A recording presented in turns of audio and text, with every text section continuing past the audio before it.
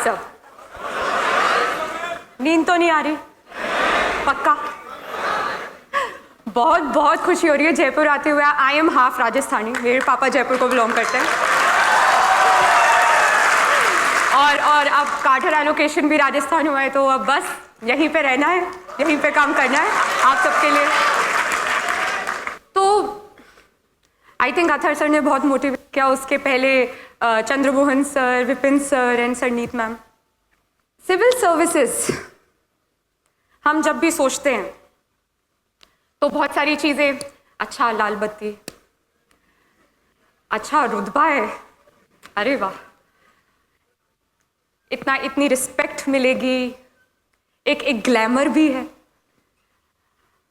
और हम इन सब चीज़ों से अट्रैक्ट हो जाते हैं कि यूपीएससी की तैयारी करेंगे, सिविल सर्विसेज देंगे। पर ये जो पूरी जर्नी होती है ना प्रिपरेशन की, ये सबको पता ही है काफ़ी मुश्किल होती है। और फिर अगर इन्हीं चीज़ों से मन भरता है तो 5-10 दिन बाद ये सब चीज़ें आपको मोटिवेट ही नहीं करेंगी, और फिर आप क्या सोचेंगे, जब रोज पढ़ना पड़ेगा 10-10 घंटे, हमसे नहीं हो पाएगा। ऐसे वैसे काफ़ी सारे लोग प्रिपरेशन कर रहे होंगे already. How many of you feel हमसे नहीं हो पाएगा? ये फीलिंग आती किस किस को है? अरे सच बताओ, किस किस को लगता है कि हर दूसरे तीसरे दिन ऐसे ख्याल आता है, नहीं हो पाएगा, बहुत मुश्किल है, हमसे नहीं हो पाएगा? नहीं, ये सच बता रही हूँ, ये सबको लगता है, ये मुझे हर दूसरे तीसरे दिन लगता था। Everybody feels this way.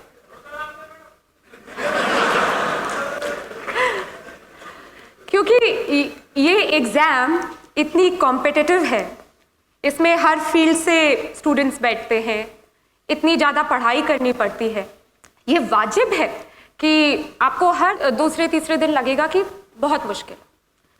तो हर दिन अपने आप को कैसे मोटिवेट करें, कैसे अपने आप को याद दिलाते रहें कि नहीं, सिविल सर्विसेज करनी है, मुझे आज 9-10 घंटे पढ़ना है, कैसे कैसे अपने आप को पुश करते रहें।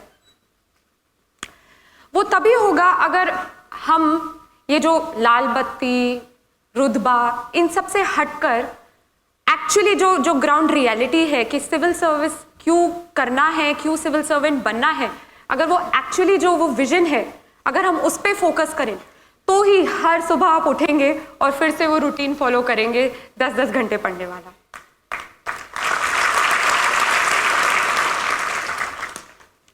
हम रोज अखबार पढ़ते हैं, सिविल सर्विस एस्पिरेंट्स तो पढ़ते हैं अखबार। कितने लोग अखबार पढ़ते हैं? अच्छे से एज इन 2 घंटे लगा के अंडरलाइन करके? नहीं, और हाथ दिखाओ, ऐसे मत करो। सो हम पढ़ते हैं और चीज़ों के बारे में जानते हैं। अच्छा, यहाँ पे रोड ठीक नहीं है, यहाँ का पानी गंदा है, हवा जहरीली है, इंफ्रास्ट्रक्चर बेकार है, उतनी जॉब्स है नहीं जितनी चाहिए। हम बहुत क्रिटिसाइज करते हैं, सरकार ये नहीं कर रही, वो नहीं कर रही। पर कितने लोग हम एक्चुअली सोचते हैं कि अच्छा, हम पढ़ ले ये, हम फिर ये प्रोफेशन ज्वाइन कर ले और फिर हम कुछ चेंज लाए? कितने लोग सोचते हैं? अरे वाह, जयपुर तो भाई कमाल है। यहाँ पे पहले से मेरे बोलने की जरूरत ही नहीं है, पहले ही विजन बने हुए।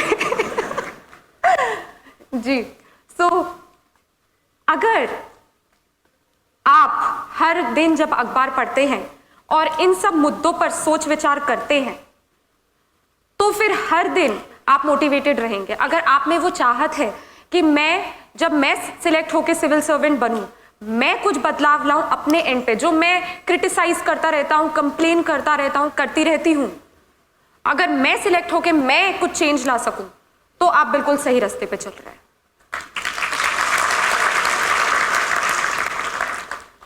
मैं आपके साथ एक इंसिडेंट शेयर करूंगी। मैं रिसेंटली हैदराबाद में थी। वहाँ पे I met a lady officer. She has also got selected along with me this time. उनकी स्टोरी एक्चुअली बहुत हार्ट टचिंग थी, इट टच्ड माई हार्ट। तो इनकी शादी बहुत जल्दी कर दी गई, और इवन शादी के पहले जब ये अपने पेरेंट्स के साथ रहती थी, तो इनके साथ बहुत डिस्क्रिमिनेशन हुआ, इनके भाइयों को ज़्यादा एजुकेशनल अपॉर्चुनिटीज़ मिली और इनको एकदम, जैसे वो मुझे बता रही थी कि इनको कुछ नहीं समझा। फिर इनकी शादी करा दी गई। शादी करा दी गई तो हस्बैंड ने कुछ नहीं समझा, इन लॉज ने कुछ नहीं समझा। उनका बहुत मन था कि वो सिविल सर्विसेज एग्जाम दे, पर कोई सपोर्ट ही नहीं था। यहाँ पे हम बात करते हैं काफ़ी लोगों की कि चलो हालात ठीक नहीं थे बट फैमिली सपोर्ट था, कोई ना कोई था जो गाइड करता रहा, सपोर्ट करता रहा और इसलिए सक्सेस मिल गई। ये एक ऐसी कहानी है जहाँ सर्कमस्टेंसेस भी फाइनेंशियल इतने अच्छे नहीं थे और कोई सपोर्ट ही नहीं था, और इनका बहुत मन था कि सिविल सर्विसेज करना है। तो कैसे भी लड़ झगड़ के फर्स्ट अटेम्प्ट दिया, नहीं हुआ। एंड पेरेंट्स ने बहुत सुनाया, इन लॉज ने बहुत सुनाया, हस्बैंड का तो कोई सपोर्ट ही नहीं था, पर इनमें बहुत चाहत थी कि नहीं, मैं देश के लिए कुछ करना चाहती हूँ, मुझे सिविल सर्विसेज करना है, मुझ में वो पैशन है। इन्होंने दूसरा अटेम्प्ट दिया, फिर भी, तीसरा अटेम्प्ट दिया, फिर भी नहीं हुआ। रिश्तेदार पता ही कैसे होते हैं, सुना के उनको इतना परेशान किया। उनका हस्बैंड उनसे अलग रहने लग गया। फोर्थ अटेम्प्ट दिया, फाइनली हो गया, इंडियन फॉरेन सर्विस। एंड हम इस फायर, इस पैशन की बात कर रहे हैं जो चाहिए इस एग्जाम को क्लियर करने के लिए। इतनी इतनी इतनी इतनी हिम्मत चाहिए कि चाहे कोई भी ऑड हो, कोई भी कठिनाई हो, कोई भी डिफिकल्टी हो, आप कर सकते हैं। देखिए, ना ही वो कोई रईस खानदान से थी और फैमिली सपोर्ट नहीं था, हस्बैंड आपसे अलग रहने लग गया। सोचिए कितनी, किस परिस्थिति में दिया, और चौथे अटेम्प्ट में। तो ये, this is the passion we are talking about. Michael Phelps का नाम सुना है आप सबने? तो बीजिंग ओलंपिक्स जब हुए थे, उसके जस्ट आप समझ लीजिए 1-2 महीने पहले की बात होगी, उनका एक्सीडेंट हुआ। डॉक्टर ने बोला कि उनका शायद राइट हैंड इंजर हो गया था, and he said, doctor said that I don't think अभी आप यूज राइट हैंड से कर पाएंगे, कि ज़्यादा चोट लगी है। ही सेड, तो क्या हुआ, पैर तो है। And then he went on to win 8 medals in Beijing Olympics. तो कितनी कितनी मुश्किलें आती हैं, कितनी कितनी परेशानियां आती हैं, पर अगर वो दिल और दिमाग में है कि नहीं, करना है तो करना है, और लोग फिर करके दिखाते भी हैं। सिविल सर्विसेज, जैसे कि मैंने कहा कि काफ़ी मुश्किल परीक्षा होती है, देश की सबसे कठिन परीक्षा होती है। इतने सारे लोग बैठते हैं, हर दूसरे दिन मैंने बताया ऐसा लगता है हमसे ना हो पाएगा। तो ये जो मेंटालिटी है, इसको टैकल करने के लिए आपको सबको अपने लिए वो एक वजह ढूंढनी है। वो एक वजह ढूंढनी है कि आपको वो क्या चीज़ मोटिवेट करती है, क्योंकि आएंगे सबके जीवन में किसी ना किसी प्रकार की कोई ना कोई डिफिकल्टी, कोई ना कोई परेशानी आएगी। कभी कुछ हो जाएगा, कभी आपके पास वो मीन्स नहीं होंगे, कुछ ना कुछ होगा। बट अगर वो एक सोच है आपके दिमाग में, तो वाकई फिर आपको कोई रोक ही नहीं सकता। इस परीक्षा में जैसे कि 3 भाग होते हैं, प्रीलिम्स, मेंस एंड इंटरव्यू। काफ़ी लोग मुझसे पूछते हैं कैसे प्रिपेयर करें, फर्स्ट स्टेप क्या होता है प्रिपरेशन का। और मैं सबको यही कहती हूँ कि फर्स्ट स्टेप है कि आप पूरा यूपीएससी सिलेबस याद करें, मेमोराइज करें, अपने दिमाग में बिठा लें। क्योंकि अगला सवाल वो होता है कि न्यूज़पेपर कैसे पढ़ते हैं। न्यूज़पेपर ऐसे पढ़ते हैं कि जब आपके दिमाग में वो पूरा सिलेबस बिल्कुल छपा हो, तो जब आप अगले दिन अखबार पढ़ेंगे तो ऑटोमेटिकली आपका खुद दिमाग बोलेगा, अच्छा ये मेरे एग्जाम से रिलेटेड है क्योंकि ये सिलेबस टॉपिक में था, अच्छा ये नहीं है क्योंकि ये सिलेबस टॉपिक में नहीं था।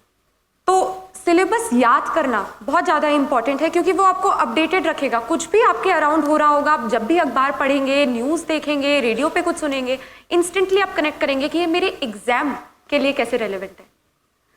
ये जो प्रीलिम्स है, मेंस है, इंटरव्यू है, ये तीनों इंटरलिंक्ड है, ये अलग नहीं है। प्रीलिम्स आपका बेस बनाएगा, मेंस में आपको अपने बारे में बताना है, इन द सेंस कि आपके क्या ओपिनियंस हैं, आपके क्या सोच विचार हैं मुद्दों पर। वो आपसे आपका ओपिनियन कमेंट पूछेंगे कि आप बताइए आप क्या सोचते हैं इस इशू पे। हाँ, और इंटरव्यू तो क्या बताओ, सबसे सबसे डरावना मोमेंट होता है लाइफ का।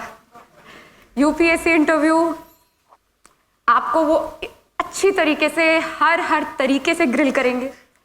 इनफैक्ट जब आप वेटिंग एरिया से इंटरव्यू बोर्ड की तरफ चल के जा रहे होते हैं तब आप यही सोचते हैं बस भगवान बचा लेना बस। पर जब आप बोर्ड के इंटरव्यू रूम पे नॉक करेंगे और वो आपको बोलेंगे यस कम इन, और फिर आप बोलेंगे गुड मॉर्निंग मैम सर जो भी है, तो वो जो आपको हल्की सी स्माइल देंगे उसके बाद फिर लगता है चलो ठीक है, अभी मरने वाले नहीं है, अभी भी जिंदा रहना है। और ये बहुत डराने वाली बात होती है कि नहीं वो तो खा जाएंगे तुम्हें वहाँ पे, बट वो काफ़ी काइंड होते हैं, they are very supportive and वो इवन हिंट्स देते हैं अगर उन्हें लगता है कि आप हिंट से थोड़ा और बेहतरीन आंसर दे पाएँ। तो इसलिए डरना नहीं चाहिए, बट मैं क्यों झूठ बोलूँ, सबसे डरावना मोमेंट होता है लाइफ का और बहुत प्रेशराइज्ड होता है। बहुत तरह तरह के लोग भी देखने को मिलते हैं। अथर सर ही मुझे बता रहे थे कि जब वो लोग वेटिंग एरिया में बैठे थे तो एक महाशय खड़े हुए, उनका नाम कॉल आउट हो, उनकी चांस आई, तो खड़े हुए और डिओड्रेंट निकाला और यूँ पूरा तो बहुत देखने को भी मिलता है। पर ये जो परीक्षा है ये ना ही आपकी सिर्फ एक नॉलेज बेस बढ़ाएगी, ये आपको पूरी तरह एक नया इंसान भी बना देगी। क्योंकि ये जो मेहनत के 2 साल आप देंगे यूपीएससी की परीक्षा के लिए, ये आपको सिखा देगी कैसे कम सोना है, कैसे हर चीज़ सैक्रिफाइस करनी है, कैसे आप डिसिप्लिन्ड होना है। डिसिप्लिन मतलब हर दिन वो ही स्केड्यूल फॉलो करना, सुबह 8 बजे से लेके रात के 8 बजे तक की पढ़ाई करना।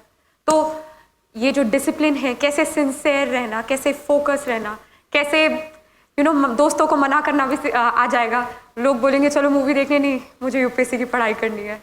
सो ये लाइफ चेंजिंग एक्सपीरियंस होता है और ये आपको बहुत कुछ सिखा देता है।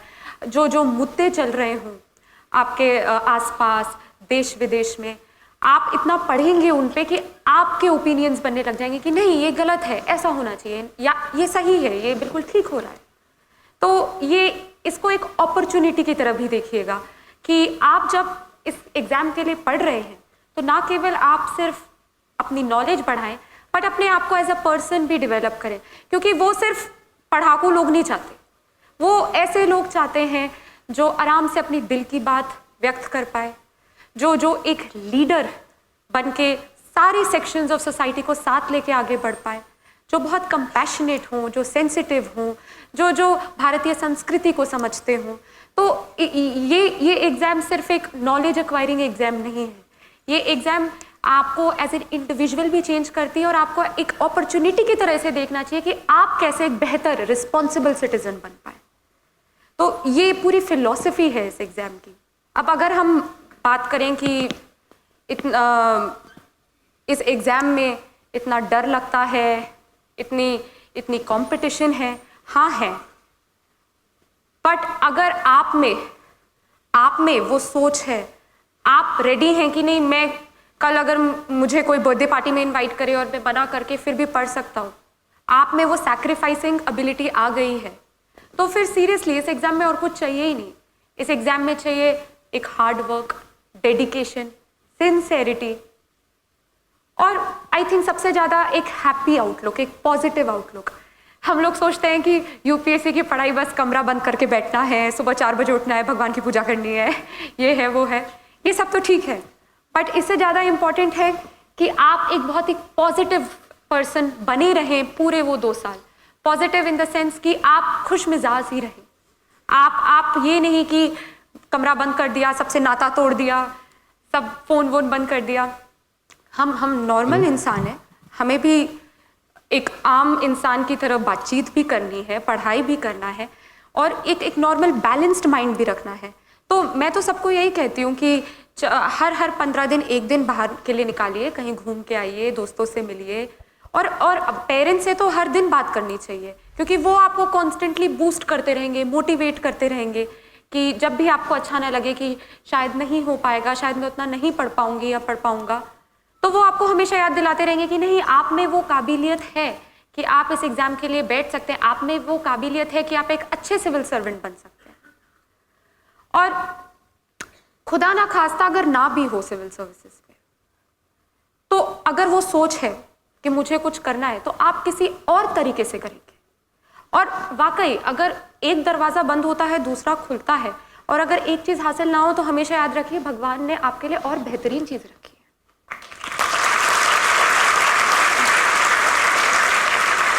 तो यूपीएससी की पढ़ाई ऐसे करें कि जब आपका अगले साल सिलेक्शन हो तो आप बोले, इतनी शिद्दत से तुम्हें पाने की कोशिश की, इतनी शिद्दत से तुम्हें पाने की कोशिश की कि हर जर्रे ने तुमसे मिलाने की साजिश की।